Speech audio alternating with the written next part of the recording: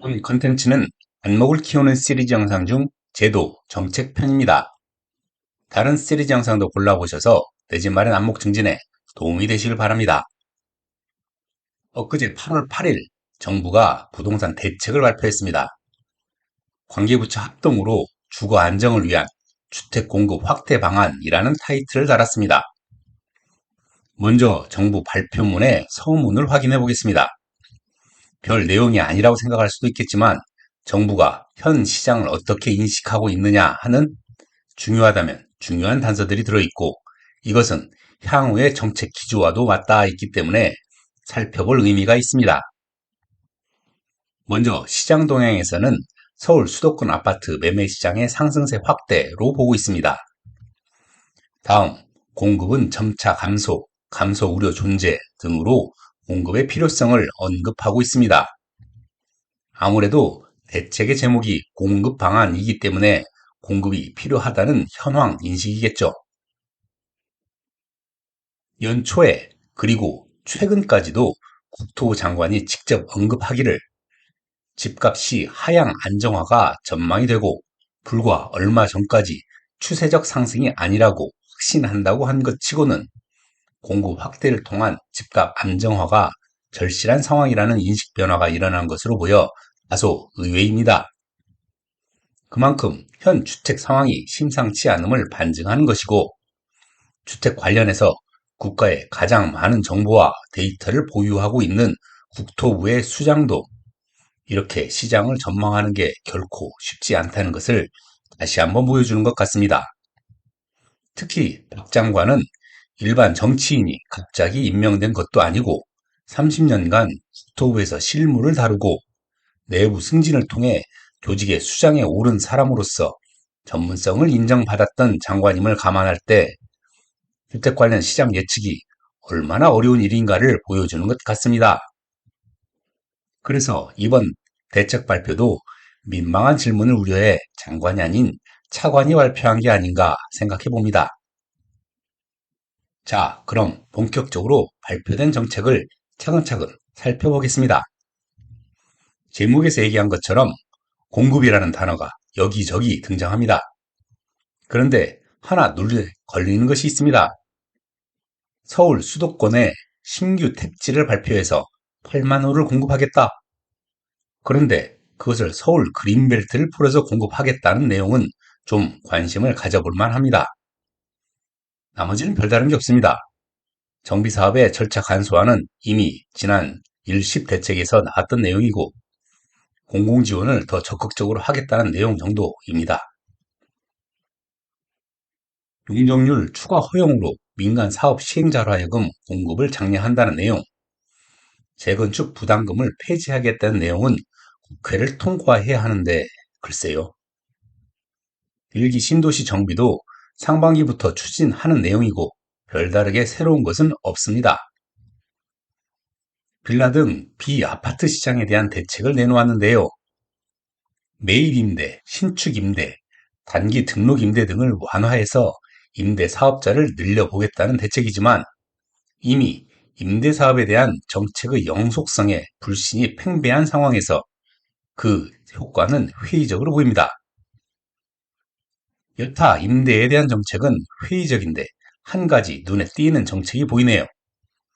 빌라 등 비아파트 구입자가 청약에서 불이익이 없도록 하겠다는 정책인데 청약시 무주택으로 인정해주는 단독, 다가구, 연립, 다세대, 도생의 기준을 85제곱미터 이하, 수도권 5억 이하, 지방 3억 이하까지 확대해 준다는 건 전세 사기 피해자를 위한 것처럼 보이지만 그 대상을 전세 사기 피해자에게 한정하지 않는 한 실제로는 재개발 후보 지역에 투자 겸 실수요로 들어가 살면서 장기적으로 청약 가점까지 챙길 수 있는 아주 좋은 기회를 제공하게 되어 결국 주택 공급 확대하고는 다소 거리가 있어 보이고 재개발에 지분 투자를 하는 투기 세력의 눈을 번쩍 뜨이게 하는 효과가 있지 않을까 생각이 되네요. 조만간 주요 재개발 지역 지분 가격 좀 들썩이겠습니다. 공공택지의 공급을 확대하겠다는 내용 중에 앞서 추진 방안에서 잠깐 언급했던 내용인데요. 서울 인근에 그린벨트를 풀어서 신규 택지 8만 호를 공급하겠다는 내용이 눈에 가장 띄입니다. 지난 MB 정부 때 보금자리라는 이름으로 시행했다가 박근혜 정부 때 중단했던 것을 주택시장 안정이라는 명분으로 재가동하는 모양새입니다. 언론에서는 벌써 이 부분에 기대감을 나타내는 모습입니다. 문제는 이 많은 그린벨트 면적 중에 어디가 대상일까 하는 기대가 높아지고 결국 서초 강남권의 30제곱킬로미터가 그 대상이 되지 않을까 생각이 되네요. 아직 구체적인 대상은 정해지지 않았다고 얘기하는데 내부 정보로 부당한 이익을 챙기는 일부 계층으로 인해 서민의 위화감을 조성하지는 않았으면 좋겠습니다. 기타 나머지 내용은 마이너한 내용으로 내 집 마련 수요에 별다른 영향을 줄 것 같지는 않습니다. 마지막으로 앞서 언급한 정책 내용들의 시행 시기를 가늠해 봐야 하는데요.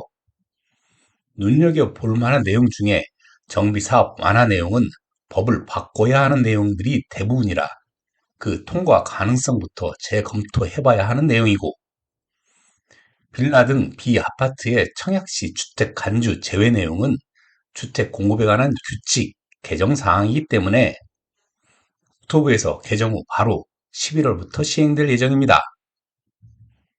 수도권의 그린벨트 해제 및 신규 택지 후보지 선정은 8월 심사, 11월 발표이기 때문에 실제로 공급은 그 이후로도 부지 보상, 이전, 택지 조성 공사까지 감안하면 적어도 이번 정부에서는 공급되기 어려운 여건으로 봐야 합니다.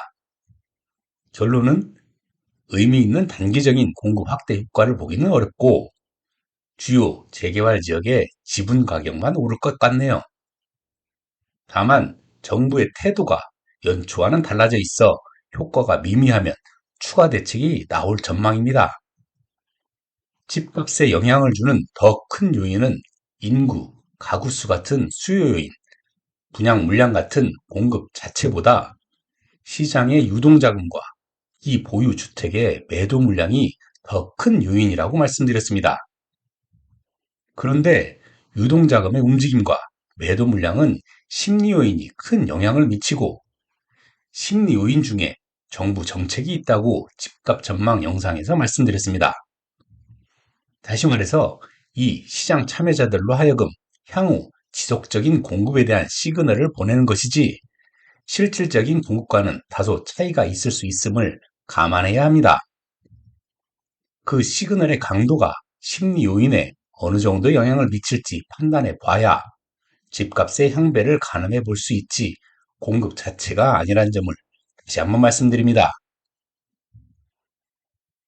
오늘 준비한 영상은 여기까지입니다. 구독, 좋아요, 알림 설정해 주시면 컨텐츠 제작에 절대적인 힘이 됩니다. 감사합니다.